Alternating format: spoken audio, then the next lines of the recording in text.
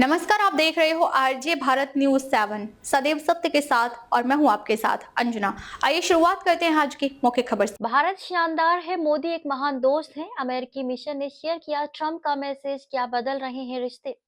भारत में अमेरिकी दूतावास ने मंगलवार को राष्ट्रपति डोनाल्ड ट्रंप का एक संदेश साझा किया, जिसमें उन्होंने भारत और प्रधानमंत्री नरेंद्र मोदी की जमकर तारीफ की। ट्रंप ने कहा कि भारत दुनिया की सबसे प्राचीन सभ्यताओं में से एक का घर है। ये एक अद्भुत देश है और इंडो पैसिफिक क्षेत्र में अमेरिका का अहम रणनीतिक साझेदार है।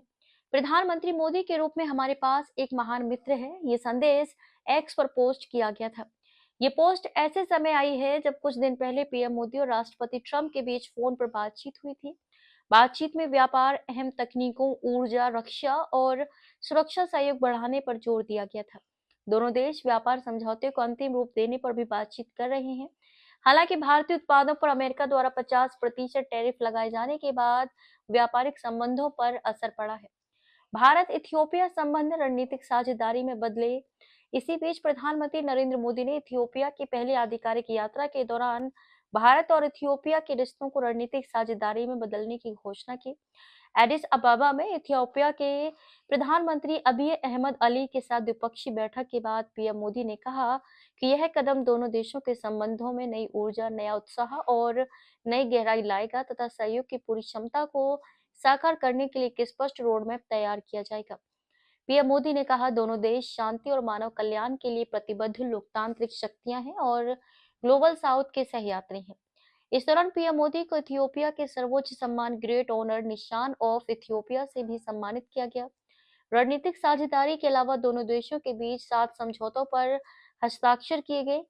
इनमें संयुक्त राष्ट्र शांति मिशनों के प्रशिक्षण में सहयोग से जुड़ा कार्यान्वयन समझौता और G20 कॉमन फ्रेमवर्क के तहत इथियोपिया के कर्ज पुनर्गठन से संबंधित एक समझौता ज्ञापन MOU शामिल है। इससे पहले प्रधानमंत्री मोदी ने अपनी 2 दिवसीय जॉर्डन यात्रा को बेहद सफल बताया।